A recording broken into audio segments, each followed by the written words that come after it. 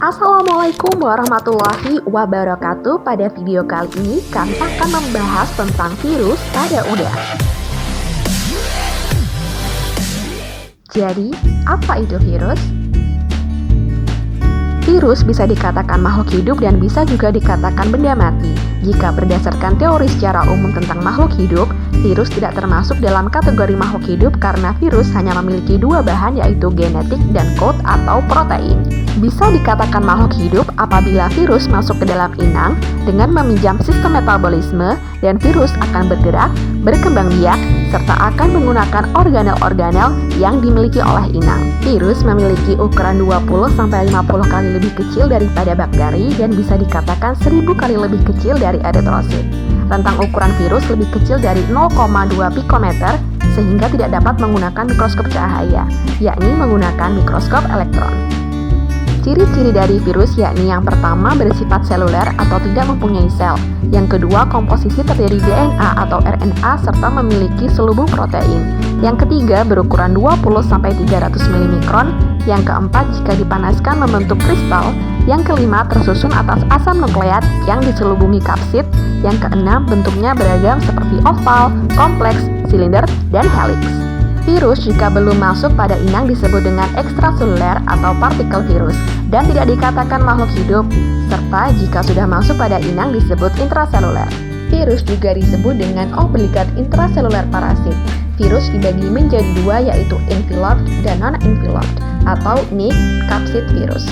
Virus memiliki bentuk helix, ikosahedral, dan kompleks. Pada helix contohnya pada tobacco mosaic virus yang pertama kali ditemukan dalam sejarah virus dengan bentuk seperti tabung.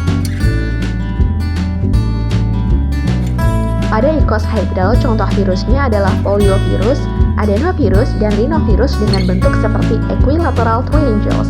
Sedangkan pada kompleks contohnya yakni bacteriophage. Virus memiliki reseptor virus, materi genetik, selubung protein, serta kapsul virus. Dalam bentuk icosahedral tampak adanya envelope. Pada helix secara umum memiliki envelope, namun terdapat pula yang tidak memiliki envelope atau jarang. Pada envelope terdiri dari matriks, lipid, dan glikoprotein.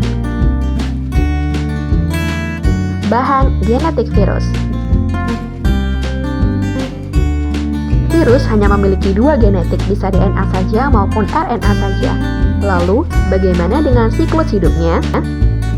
Yang pertama, virus harus melekat dengan menggunakan spike atau reseptor, maka akan melakukan penetrasi atau injeksi dengan masuk ke dalam sitoplasma sel.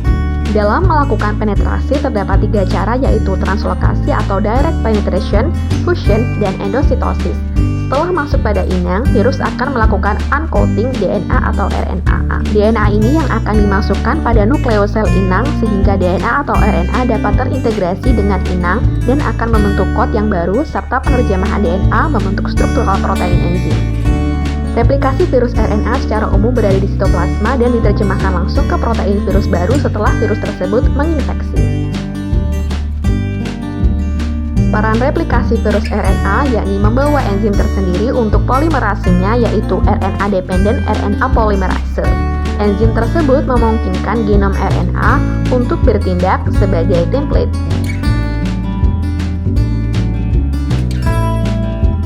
Replikasi virus DNA memiliki DNA dependent DNA polymerase. Asam nukleatnya biasanya memiliki dsDNA dan ssDNA ditranskripsi menjadi mRNA melalui enzim inangnya. mRNA tersebut diterjemahkan ke dalam protein virus berkumpul membentuk virus baru. Siklus hidup virus yakni siklus litik dan siklus lisogenik. Pada siklus litik, sel inang dipenuhi dengan virion akan membengkak sitoplasmanya kemudian pecah. Sel inang akan mengalami lisis. Kemudian pada siklus lisogenik, pada fase ini sel inang tetap hidup, namun hanya terjadi penggabungan DNA inang dan DNA virus. Kemudian tidak terjadi pecah pada sel inang. 3 model penetrasi virus. Yang pertama, endositosis. Mekanisme masuknya virus melalui engulfment dari virus dalam vakula fagositik. Mekanismenya masuk dalam sitoplasma, dilanjutkan masuk ke nukleus. Yang kedua, fusion. Mekanisme terjadi pada virus enveloped. Nukleokapsid lepas masuk ke sitoplasma. Fusi terjadi jika spike-nya cocok. Yang ketiga, translokasi atau direct penetration. Virus masuk melalui dari membran plasma sel. Seluruh virion masuk melewati membran sel. Beberapa penyakit viral pada udang diantaranya yang pertama, Infectious Hypoderma Hematopoietic Necrosis Virus atau IHHNV, yang kedua, White Spot Disease atau WSD, yang ketiga, Taura Syndrome Virus atau TSV, dan yang keempat, Infectious Myonecrosis Virus atau IMNV.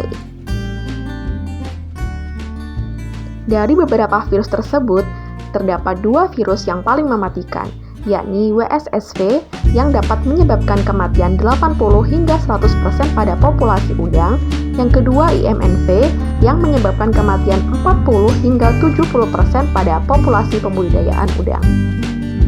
Dampak dari virus adalah kerugian ekonomi budidaya udang karena menjadi penyebab kematian hingga mencapai 58%.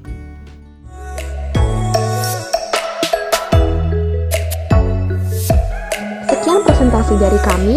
Terima kasih. Wassalamualaikum warahmatullahi wabarakatuh.